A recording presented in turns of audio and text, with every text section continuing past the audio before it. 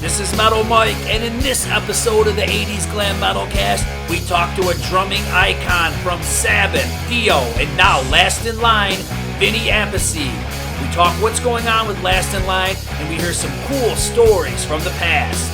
Now, this was recorded prior to the corona outbreak, so I'd have to assume that some of these shows had to be postponed.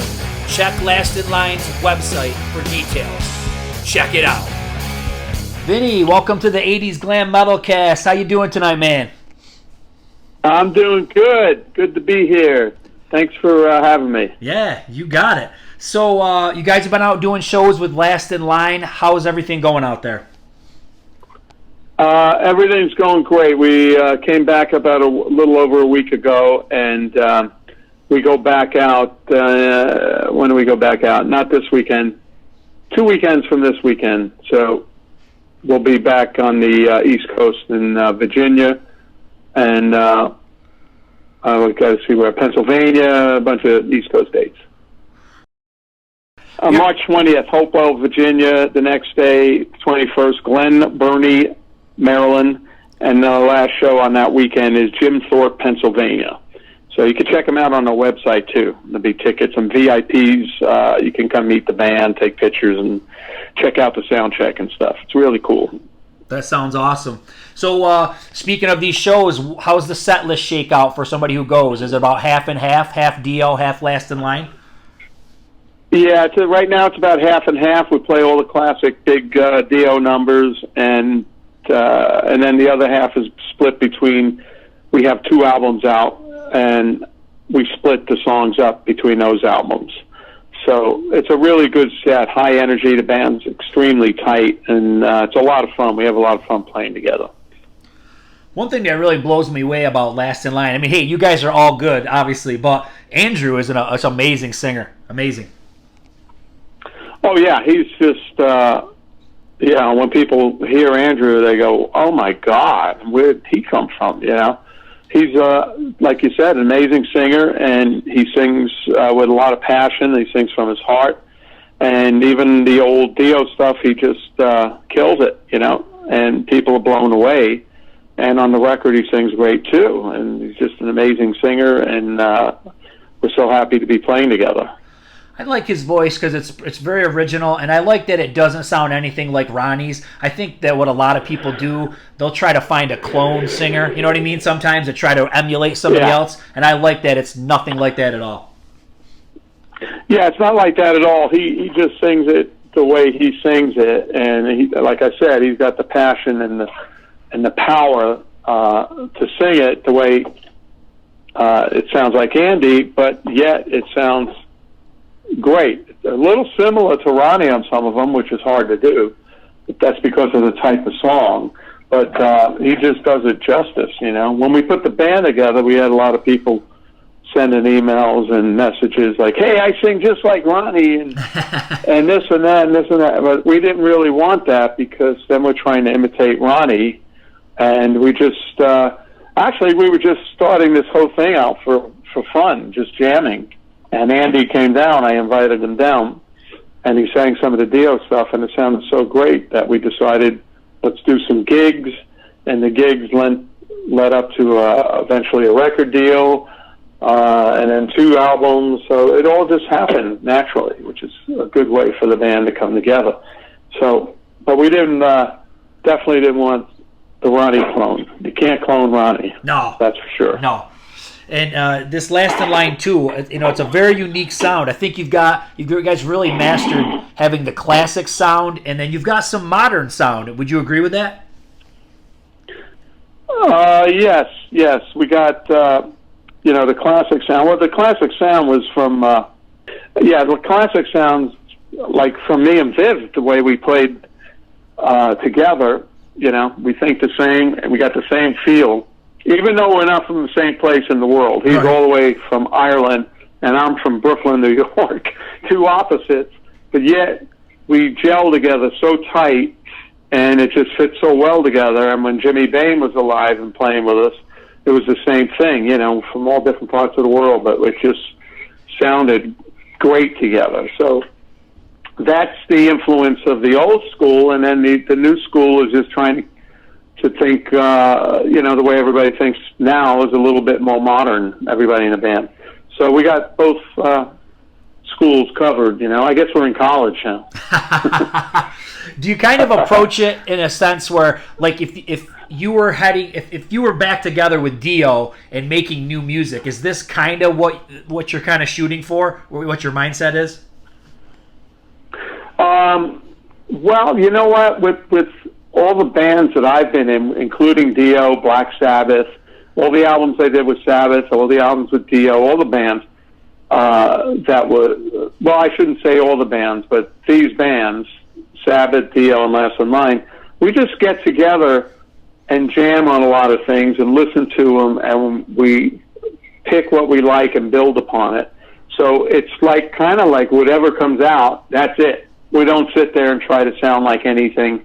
We don't try to write a song like something else, It's just whatever comes out, and then we tailor it to just making it as good as we can and exciting, and putting a lot of, especially me, putting a lot of my style into it, So it just happens that way naturally.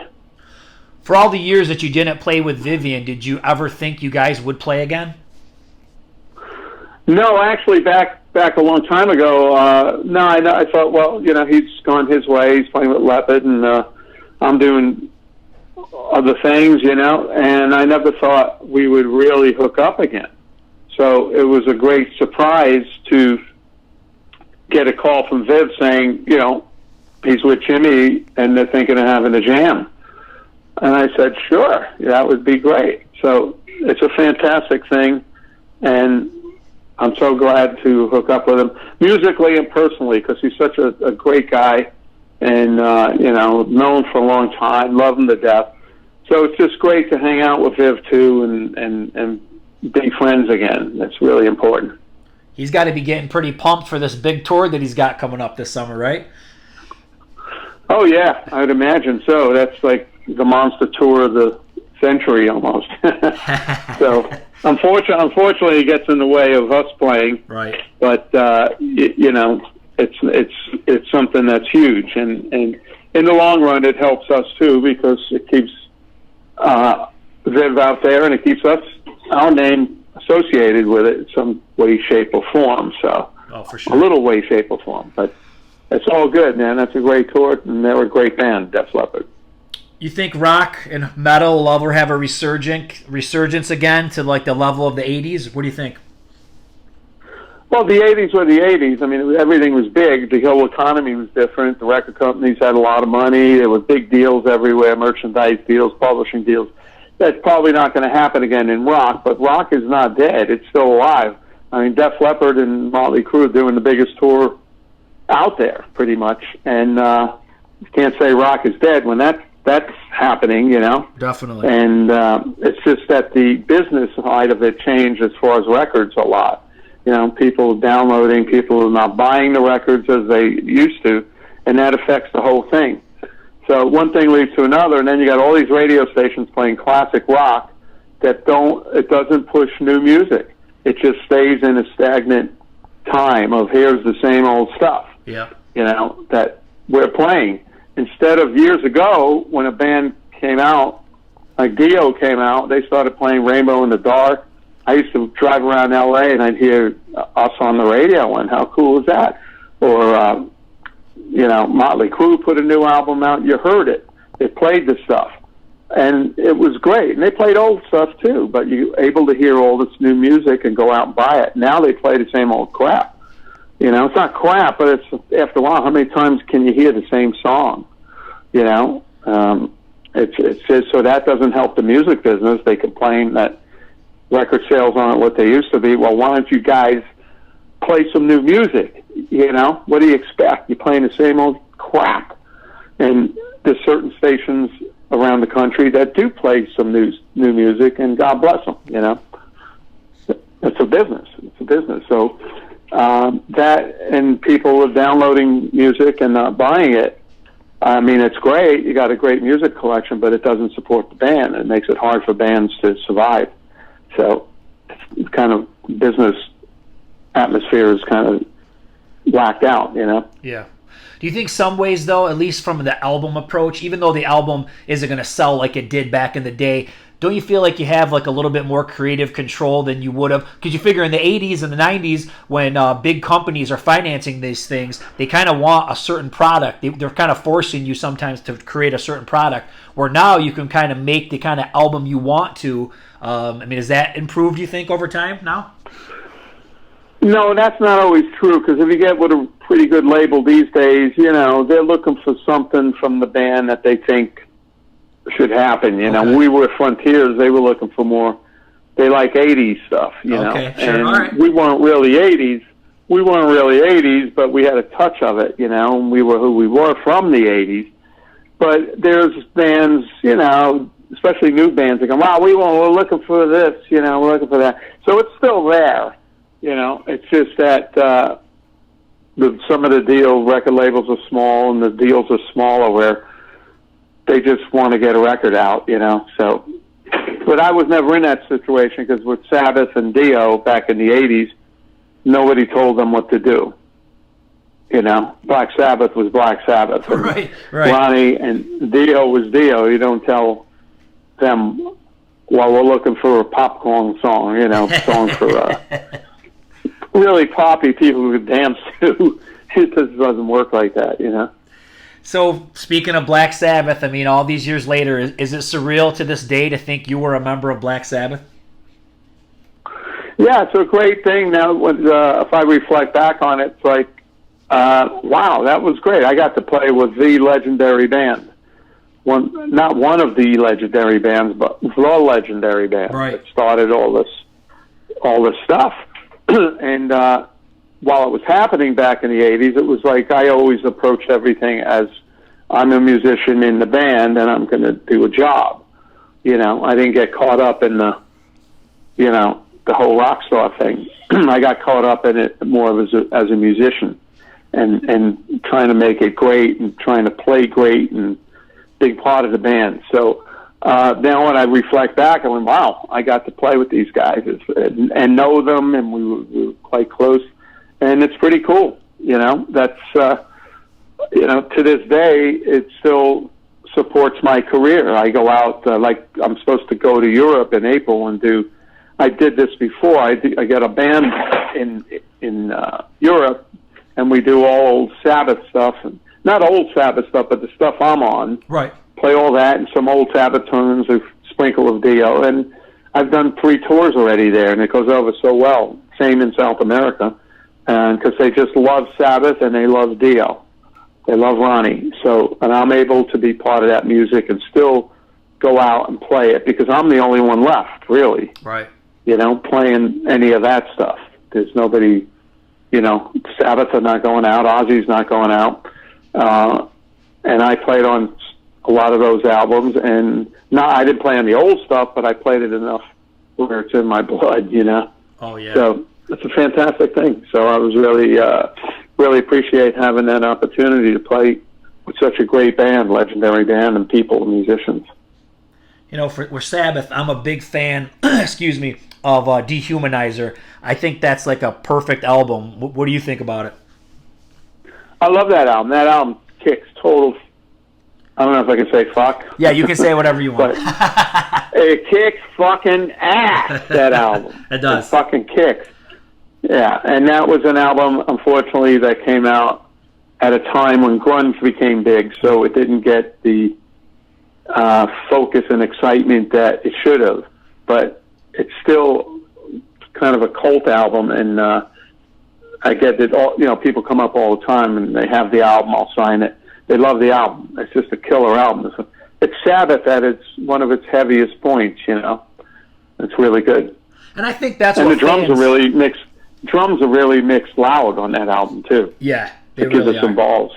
Yeah, I mean the drumming is amazing, the riffs, the vocals, the melodies, and I think those are the albums that fans will gravitate to. You know, something like Dehumanizer, something like by Judas Priest, Painkiller. They love when the band just goes full on, you know, heavy. They love it. Yeah, and that's what that album's about. You know, if people haven't heard it that are listening, check it out. I think you might like it if you're a Sabbath fan. You know, It's great stuff. Why did that all fall apart with Sabbath at that point? Well, it fell apart the first time, mainly from business decisions, not involving me, because I'm the dude that came in last and going for the ride. So that broke it up in the 80s, and then we got back together around Dehumanizer. And the thing that broke that version up is because Ozzy was doing 2 gigs down in California, 2 big outdoor shows, and Sabbath wanted to open for Ozzy, go on before Ozzy, and Ronnie did not want to do it. So that's what broke the band up. I was in the middle, talked to Tony Giza, and I had to talk to Ronnie and sort it out. So I did the gig, and we got Rob Halford to sing. Yep. Which was great. Get somebody like that to fill in is amazing. So that broke the band up. Ronnie was pissed off that they wanted to do it. He didn't want to do it. So that's what broke that band up. So that was the second version. The third version was Heaven and Hell. Right. And unfortunately, that was going great. Everybody was getting along. Ronnie got sick. So that broke it, but it just, at the end, it didn't happen, So it's just unfortunate, because we were doing really good and everybody was getting along and stuff. But luckily we made some great music along the way, and it's still out there and it's still selling and people are still listening to it. So of course we got to talk about Dio. I mean, you played on the most iconic albums, I think, of Dio. You have a favorite out of the ones you played on? With Dio, I'd say Holy Diver, of course. Right. That's just an incredible album, and we were just having a good time making it. We never thought of anything that it would become a legendary album. We just were having a great time with the new band, and we were all young and just goofing off and stuff. So then the album came out, and it did so well, and 30, 40 years later, it's still selling, it's still being played, and it became, an inspiration for a lot of famous bands. I know Dave Grohl mentioned how it affected him, and Taylor Hawkins loves the drums on it, and so it's pretty amazing, because we didn't know. We were just having a good time making a great record with Ronnie, and here we are. The album became a classic album, so pretty good album. I listened to it. Pretty good, pretty damn good, I guess. Oh, damn, no doubt, man. It's a classic. It's a legendary album. I talked with one of your bandmates before on the podcast, Tracy G, and him and I really love Strange Highways. What do you think of Strange Highways? I haven't heard it in a long time, but it's a lot heavier, and it's a different type of album, so I haven't heard it in a while. I know it was a good album, but I think it was a little too heavy for some of the Dio fans. Probably. Because Tracy's a very heavy guitar player. I love the way he plays, and that album was pretty spooky. Yeah, and I think, once again, it's right off the cusp of Dehumanizer, and I really think Ronnie was really aggressive, at that point musically, where Dehumanizer, there was a lot of attack and power in his voice, and you could hear that kind of come on to Strange Highways. I really love how, just fierce his voice is on those albums. Oh, yeah. Well, Ronnie, he sang his ass off, Dehumanizer is probably taking his frustration out and anger on that record when he's singing it, because we did that album in Wales, in the UK, and we had Ronnie and I had to live there for a lot of times. We go there and stay there for 4 weeks, rehearse, come back, go back again, stay another 4 weeks, and there was nothing to do. There was no internet back then.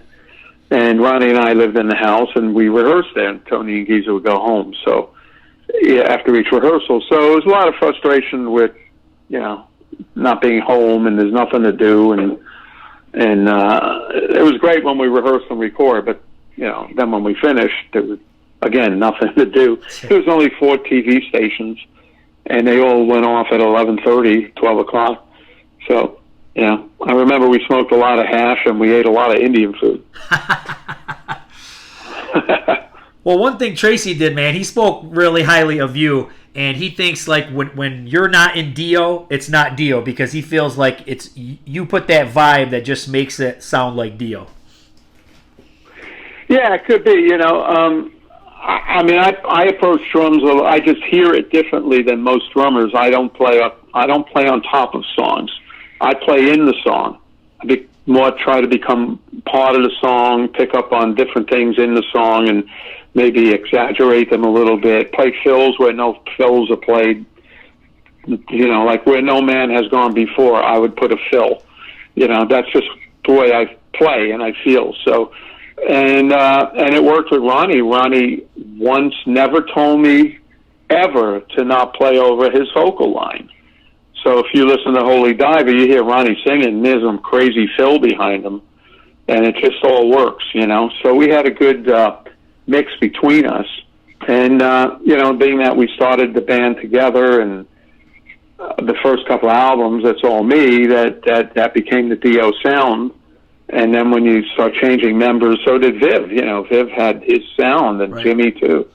So then when you get a whole new band, it's going to sound different. The voice is going to sound the same, but it's going to change because different musicians, There's a magic about certain people together, like Zeppelin and, Van Halen, it all worked. And you change things around, things sound different. Musicians around. One thing that I like that you do is, you can talk about drummers that just throw a bunch of crap in there that really doesn't fit. You may do fills and things, but I feel like it goes perfectly with the music. You like to, when you do things, you like to follow the riffs and stuff, and I think that's important, where I don't like just nonsense fills, that make no sense. No, you're absolutely right. There's stock fills in, drumming, and a lot of people, drummers, could approach it as, well, I'm doing the first, now we're going into the chorus, so I'll do a double 16th note roll, boom, into the chorus, and it's kind of stocky, I don't approach it that way. I either do something simple, or I'll come up and write a riff for that, come up with a different fill that's more interesting, so it's because I feel it, I hear it. I know I don't want to hear it. There's a lot of times I'm recording right now for a project, and there's a lot of times I know what I want it to sound like, and I play it, and it's not quite there. I try it again, and I keep trying it and keep re-recording the part. Sometimes I'll spend 45 minutes on one fill, because this is in my house, and I'm the engineer, so I can do this. I didn't do this back in the day with Dio, because we were a band and we rehearsed. This is a session, but I'll hear it and I'll get it, keep recording it till I get it right, what I want to hear, Mm-hmm. And I can't even tell you the riff. It's just something that I want to hear from the fill. So that's the way I kind of approach these things. So it's luckily Ronnie never told me, don't play there, right. Don't play over my vocal line, because then I would have been I would approach it differently, but he never said that, and Sabbath never said it either. Nice. I played all over the place, but it was cool with everybody. So who are some of your influences in drumming?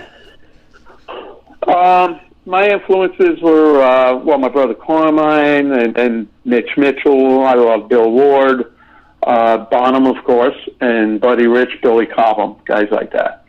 And all those guys, what they have in common is nobody played it safe.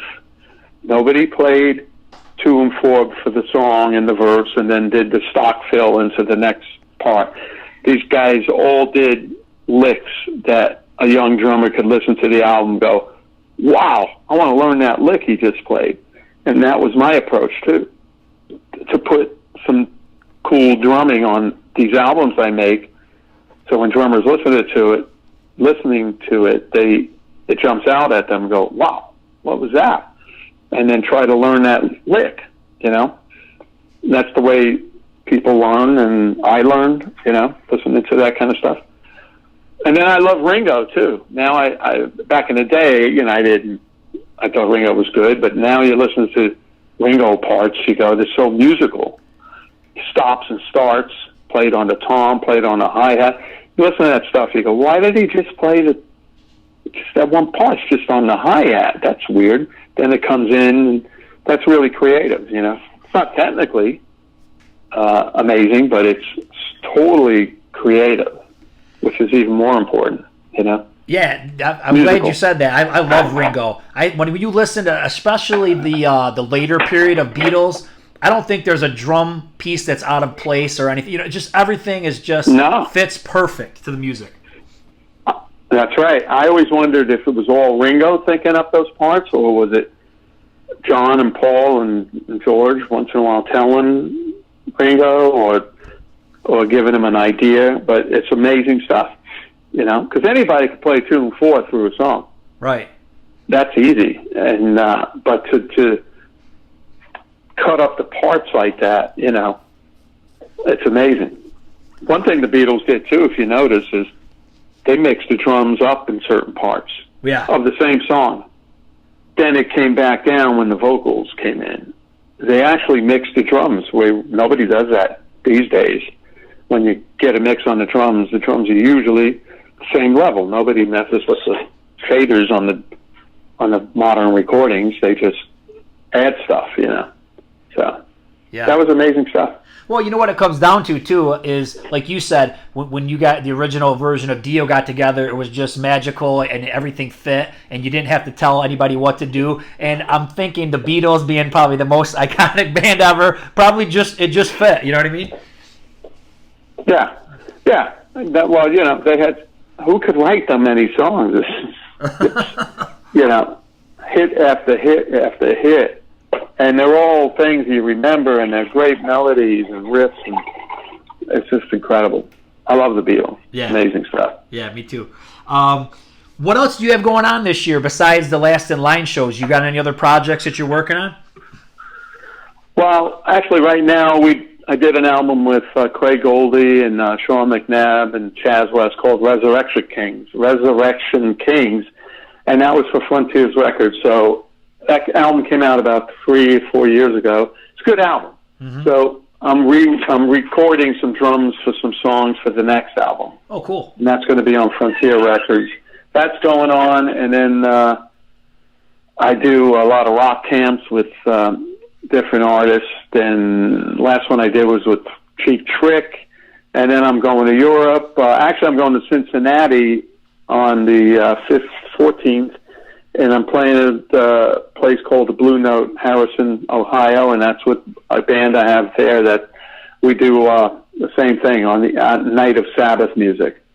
And that's the third time I'll be in Cincinnati, and that goes over really well. People love it, you know. So got a lot of things going on.